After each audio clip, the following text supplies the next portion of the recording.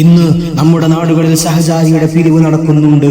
സമസ്ത കേരള ജംഇയ്യത്തുൽ ഉലമ എന്ന് പറയുന്ന മഹിതമായ ആദർശ പ്രസ്ഥാനത്തിന്റെ ഏറ്റവും വലിയ വിദ്യാർത്ഥി സംഘടനയായ SKSSFന്റെ കീഴിൽ നാട്ടിലെ പാവപ്പെട്ടവരായ, നിരാലംബരായ, അശരണരായ ആളുകൾക്ക് സഹചാരിയുടെ കീഴിൽ നിന്ന് ഒരുപാട് വർഷങ്ങളായി പാവപ്പെട്ടവർക്ക് സഹായഹസ്തങ്ങൾ നൽകുന്നു.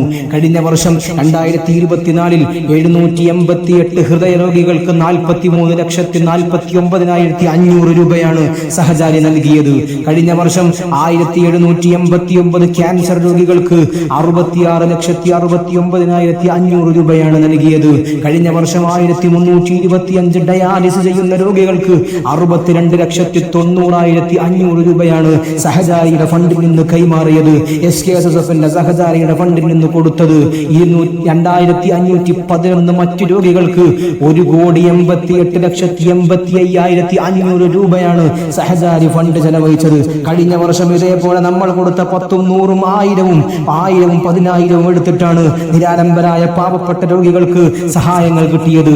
ആക്സിഡന്റ് അനുഭവിച്ച 699 പേർക്ക് 68,39,500 രൂപ സഹചാരി കൊടുത്തിട്ടുണ്ട്. 2024 കണക്കാണിത്. ഇനിയും വേണം നമ്മുടെ നാടുകളിൽ, നമ്മുടെ പ്രദേശങ്ങളിൽ വിവിധങ്ങളായ രോഗങ്ങൾ കൊണ്ട്, അസുഖങ്ങൾ കൊണ്ട് എപ്പോഴാണ് എന്താണ് വരിക എന്നൊരു മനുഷ്യനും പറയാൻ കഴിയില്ല. ബുദ്ധിമുട്ടുന്ന ആളുകളുണ്ട്, അവരെ നമ്മൾ സഹായിക്കേണ്ടതുണ്ട്, അവർക്ക് നമ്മൾ സഹായഹസ്തങ്ങൾ നീട്ടേണ്ടതുണ്ട്.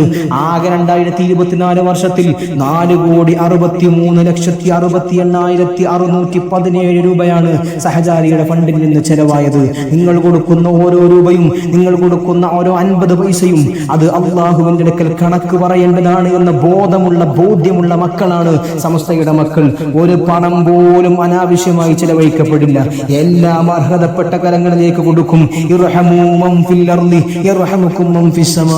ഈ പരിശുദ്ധമായ റമദാൻ ശരീഫിന്റെ റഹ്മത്തിന്റെ 10ന്റെ മാസത്തിൽ നിങ്ങൾ ഭൂമി ലോകത്തുള്ള ആളുകൾക്ക് കരുണ ചെയ്താൽ ആകാശ ലോകത്തുള്ള റഹ്മാനായ റബ്ബ് നിങ്ങൾക്ക് കരുണ ചെയ്യുമേ എന്ന ഹബീബായ നബി തങ്ങളുടെ തിരുവചനത്തെ നമ്മൾ ഹൃദയത്തോട് ചേർത്ത്